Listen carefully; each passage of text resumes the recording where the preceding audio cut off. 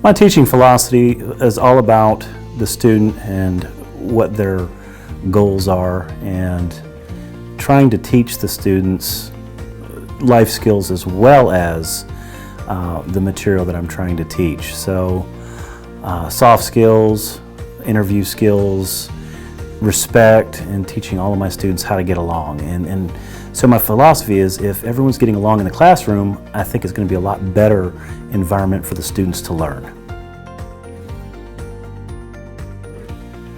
Inspiration comes from a lot of different places. I've had a lot of opportunities to meet several adults when I was younger who set very good examples for me, but one in particular that I remember was when I was in high school. I lived in Arizona, and when I went to church out there, there was a youth group leader that was very helpful with teaching me things. My father was busy working 3 jobs, and so really I didn't get to see my father a lot, and it was nice of this gentleman. His name was Kelly. He was a youth group leader, and he taught me how to drive a 5-speed transmission car. He helped me build my first speaker box, and there were just so many little opportunities and things that he helped me do that helped me realize in my older life that I wanted to give back and help other students at that age. There's just plenty of opportunities, and that's where a lot of my inspiration comes from, is that youth group leader when I was younger. My favorite pastime, there's so many to choose from. I have got my fingers in everything. I tow cars, I have a used car lot, I have lots of hobbies. I build plastic models of cars and 3D print some of the parts for these 3D cars or these plastic models, but probably my favorite hobby out of all is one of the most expensive and the ones that I probably don't do, and that's remote control airplanes. I love building and flying remote control airplanes. It's one of my favorite hobbies, and I think when I get to the point that I retire is probably when I'll dedicate most of my time and money to that hobby and kind of drop the other ones. I don't know if I'd want to choose in another discipline to teach in. I really enjoy where most of my life experience is. It's all mechanical, industrial, and maintenance. And not only that, it gives me a large array of tools to utilize while I'm teaching. 3D printing, laser cutting, tools, all kinds of hands-on electrical equipment. My degree is in computer science, and I enjoy computers, but there's not as much hands-on, free creative imagination use as being in the field that I teach in currently. My favorite music, it's pretty much hard, heavy metal, hard rock, a lot of 80s. I even like the 80s hair band music. Mostly I don't listen to lyrics, I listen to the instruments themselves, and the beat and the hard guitar riffs just help. I know it doesn't sound right, but it helps me relax. And a lot of times I get to listen to my wife's music, which is all the rhythm and blues of the 70s, and so it's kind of nice to get away from all that and listen to some hard, head-shaking music.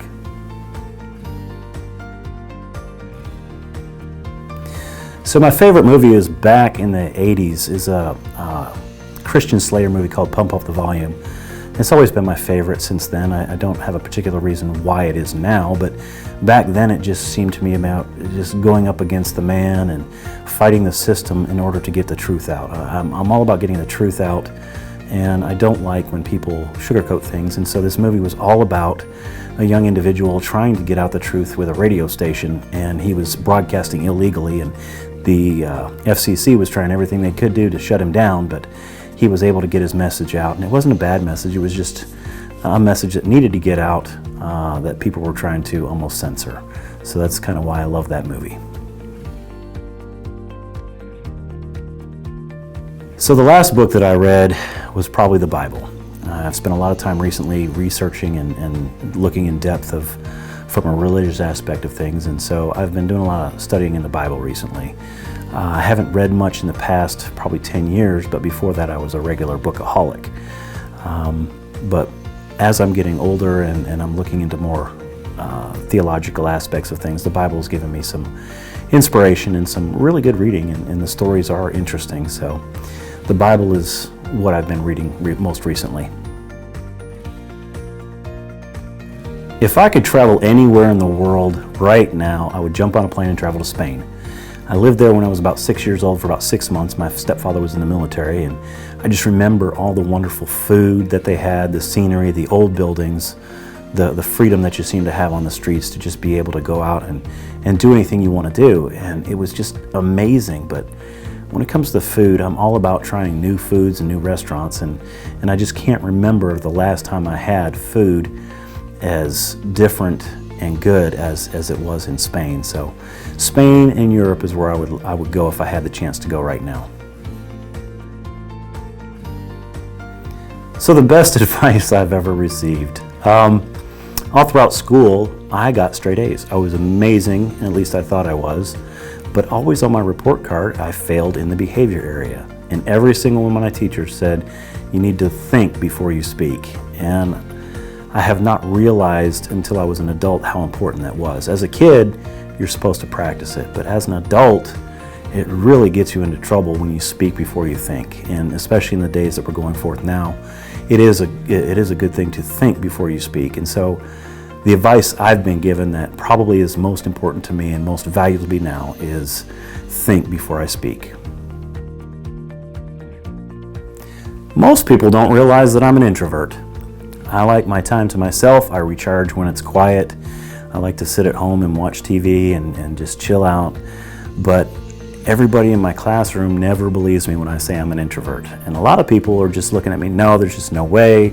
You're so outgoing and blah, blah, blah. Well, to be honest, that's a facade. I do not like standing in front of people and speaking. It's very uncomfortable for me, and it's just been a lot of practice to stand up there and do it.